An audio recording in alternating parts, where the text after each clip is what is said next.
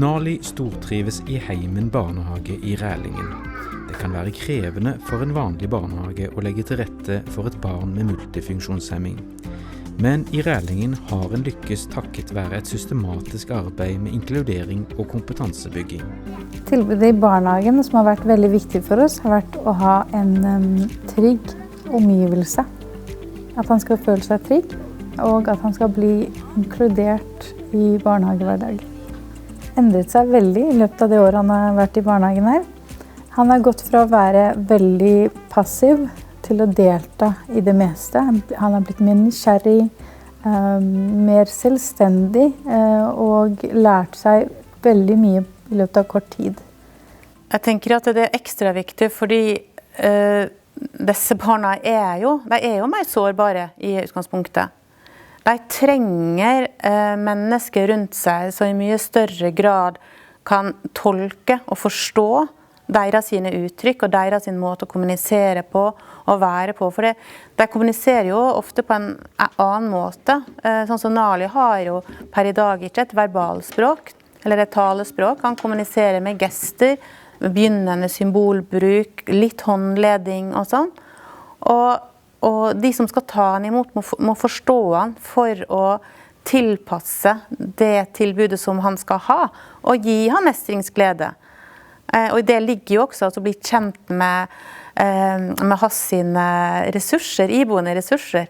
Altså det er jo utgangspunktet for suksess. Om et år begynner Nali på skolen. Overgangen har vært planlagt i 2 år. Minstestandarder og gode rutiner har vært stikkord. Det som er kjempeviktig er å starte tidlig. Tida går veldig fort, har vi erfart. Så det å komme i gang i hvert fall 1,5 år før barnet skal starte på skolen.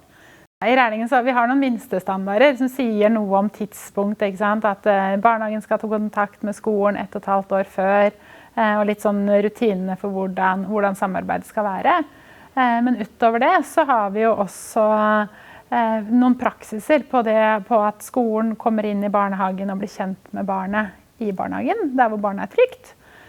Og så da, når det nærmer seg skolestart, så kommer barnehagen med på besøk til skolen også, sånn at barnet kan bli kjent i skolegården og klasserommet, og sender over bilder av rommene, av skolegården, hvem barnet skal være sammen med, bli kjent med kommunikasjonsmåten til barnet for eksempel. Hvis barnet bruker ASK, alternativ og supplerende kommunikasjon, så er det viktig at de som skal overta barnet på skolen vet hvordan barnet kommuniserer. Sånn ja, bra! Bra! 2 år i forkant, det høres kanskje veldig mye ut. Men det er veldig mange brikker som skal på plass for at oppstarten skal bli god. Det må lærere på plass, det må kunnskap på plass, kanskje må lokaler tilrettelegges. Og erfaringsmessig så trenger vi den tida. Og vi vet at hvis vi starter for sent ut, så kan resultatet bli veldig dårlig. Og det ønsker vi jo absolutt ikke for disse ungene. Vi har et barn som er veldig lærevillig og nysgjerrig på andre barn. Og har klart seg veldig fint i en barnehage med ressurs, et vanlig tilbud i barnehagen. Og så har vi nå valget mellom å velge en skole som er en ressursskole, og så kan vi velge en vanlig skole med tilrettelegging. Vi er litt usikre, men vi ønsker å undersøke begge muligheter. Fordi det kan gi gode effekter av å være i en vanlig skole med tilrettelegging. For han lærer jo veldig mye av hva andre barn gjør.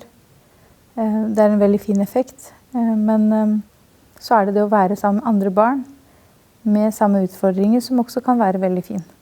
Da føler han tilhørighet og kan bli tatt godt vare på i forhold til at han ikke kanskje blir ekskludert. Så det er det. Det er litt vanskelig akkurat når det gjelder det valget. Som en del av arbeidet med overgangen har det å kartlegge barnets stemme vært viktig. Men det kan være krevende når barnet mangler talespråk. For barn som har omfattende hjelpebehov spesielt, så det jo viktig å få fram barnets stemme. Og det kan vi jo ikke få ved å spørre barnet ofte. Og da må vi gå frem på andre måter, da, se hvordan få barnets stemme gjennom og se på hva det barnet liker å holde på med.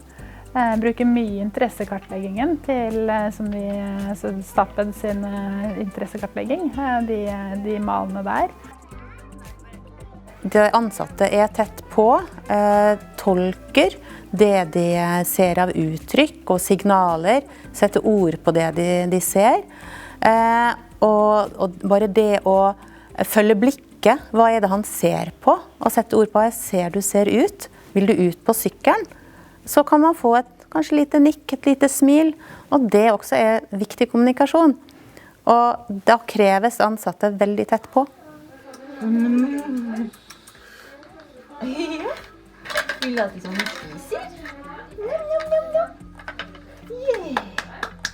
Det utrolig viktig at all den kunnskapen som barnehagen har ervervet seg, kanskje gjennom år, får lov til å bli med over i skolen. Og barnehagen har jo da kanskje fått erfaringer med hvordan skaper man gode møtepunkt mellom det barnet som funksjonshemmet og de barnet som ikke det.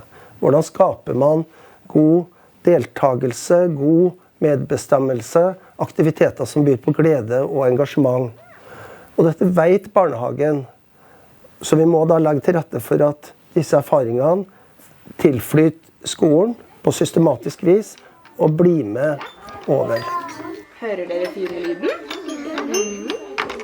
Ja, hvis jeg skal gi noen råd til andre kommuner, så tror jeg først det må være at det lurt å starte tidlig.